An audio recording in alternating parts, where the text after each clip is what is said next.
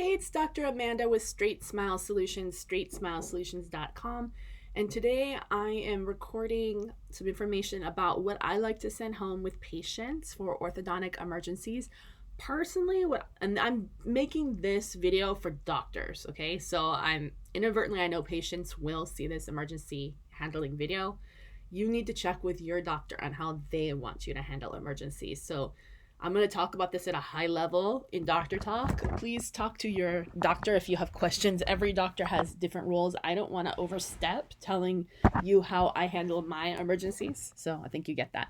Anyways, if anybody wants a copy of this, we do have this at our store. It is something that we give out to our subscribers or our doctors who work with us at StraightSmileSolutions.com. Got any questions, feel free to contact us, schedule a call. Anyways, so there's basic stuff I want patients to have to be able to handle emergencies so they're not calling me at 3 in the morning. Most orthodontic emergencies are pretty mild and easily corrected, both temporarily and permanently. But it also depends on what type of appliances you're delivering, contraptions you're delivering.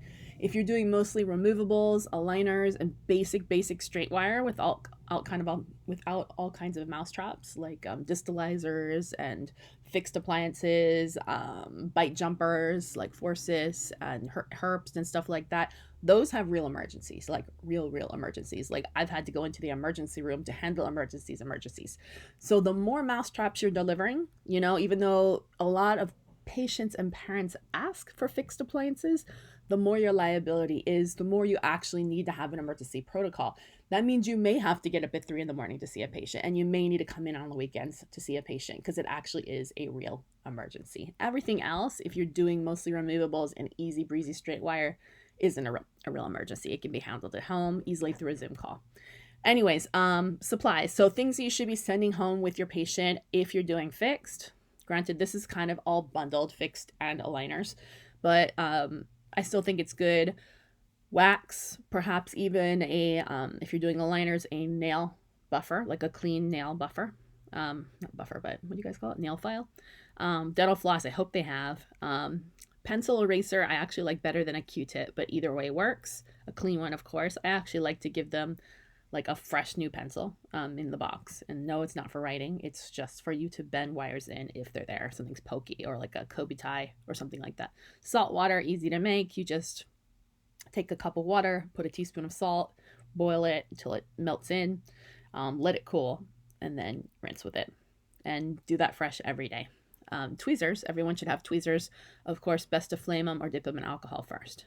Proxy brush, you should be giving patients proxy brushes. If not, you can buy them at CVS, Walgreens for a couple bucks.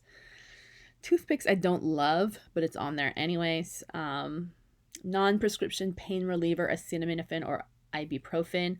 If they're having severe discomfort that's coming from braces, usually you don't get that with aligners. I like the pulsing method. So I like to explain it to them, but in terms of actual dosage, I recommend that they talk to their physician just to make sure, because you don't know if they have liver issues or kidney issues. So whatever their pain relief that's recommended dosage by their physician, you can make it work for them. I like to pulse where they're going to take, say, for example, they get up at 6 in the morning if they're having discomfort or if they're trying to preemptively not have discomfort. You take your dose of ibuprofen, which for a teen is probably one Advil tab, one Motrin tab at 200 milligrams, most likely if they're more than 90 pounds or so. If they're less, they're going to be taking kids liquid. I don't think they're going to be taking 400 milligrams unless they're a couple hundred pounds. And then 3 hours later, they're going to take their dose of Tylenol. You have to make sure that your total dosage is less than the recommended amount of dose they have per day. So you're going to take your 500 milligram acetaminophen at, say, 9 a.m. And then at noon, you're going to take your Motrin. And then at 3 p.m., you're going to take your acetaminophen. You get the idea, right? You pulse it. So that way that there is some overlap in the way, and that it's a different way that pain management is managed from the NSAID to the acetaminophen. So you really should have no discomfort if you're overlapping and pulsing like that. You should only do that during acute pain issues, like right when you got your braces on or right when you got your braces tightened or something like that. This shouldn't be something that you're doing always with braces or aligners. So that's how I like to manage things. Okay, so most common things that you're going to get are the lost little O-rings, lost ties. Those are not a huge emergency, but if the wire's flopping all around, if they still have it, they can put it back on with a tweezer, and that's what the tweezer is for. Okay, if it just came off, like usually there's 4 wings on your average mini twin bracket. If it just came off one of the wings, then they can use the tweezer to put it back on. And I have videos on how to put a tie on. There's a bazillion of them on the internet. I recommend that you make one and just tag it. And if you don't know how to do that, glad I have a lot of videos on how to do that. So super easy. You can have people at Fiverr make it for you for $5 as long as you send them the raw footage. And of course, if you're going to put that up on your YouTube, you need to get a social media release. I have a stock copy of that too if you need that. Again, it's in my store. Pokey Wire. Do they not have, they're missing something important under tools and supplies. I would also add fingernail clippers to the tools and supplies, clean.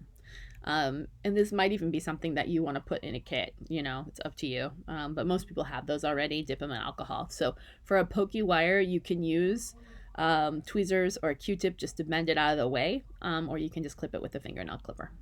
It's pretty easy, but it depends on the gauge of the wire. So if it's a light night tie wire, you're 12, you're 14, you're 18, this should not be a problem.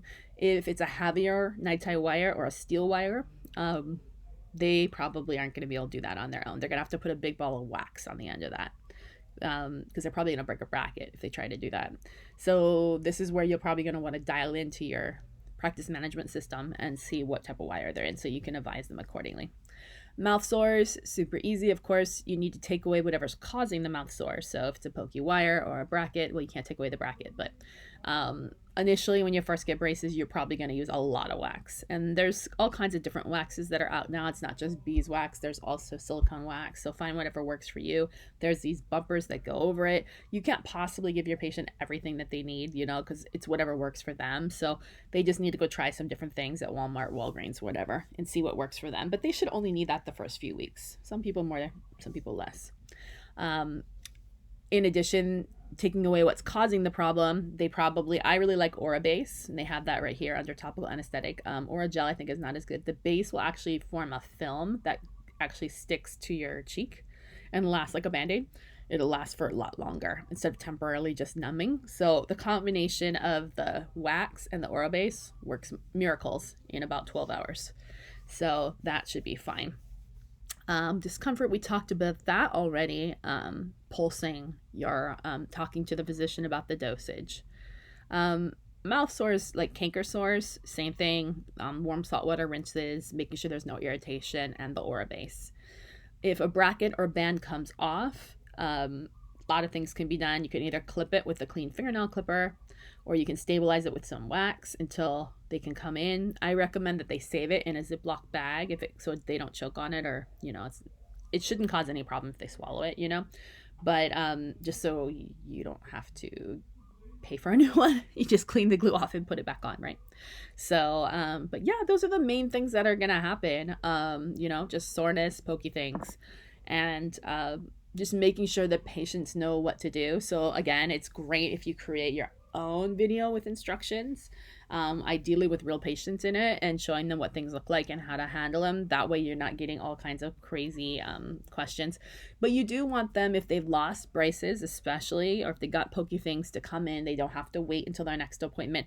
If there's broken brackets, I've always made it a requirement that they give me a call so I can schedule a longer time, because obviously regular adjustment appointments are shorter than fixing a bracket appointment, and it makes everyone run late if they're coming in with broken brackets. And a lot of times kids don't tell their parents because they don't want to get in trouble, but it's super important that they do, because otherwise you don't have to fix that if they didn't let you know. You can reschedule it for another time, which is going to be inconvenient for them, but it's only fair to all the patients that are running on time and everything else that you run on time, So it's just a matter of how you explain that. And they can go in and check their braces. Usually they know if something's broken because it's flopping around, especially if they're in a light wire. But if they're in a heavier wire, they may not know that something's broken. So they should check their braces regularly. And if they're flossing, they will know. So, because when you floss, you can feel something feel different. So just be really aware of what's going on. All right. Thanks so much. Don't hesitate to reach out to StraightSmileSolutions.com.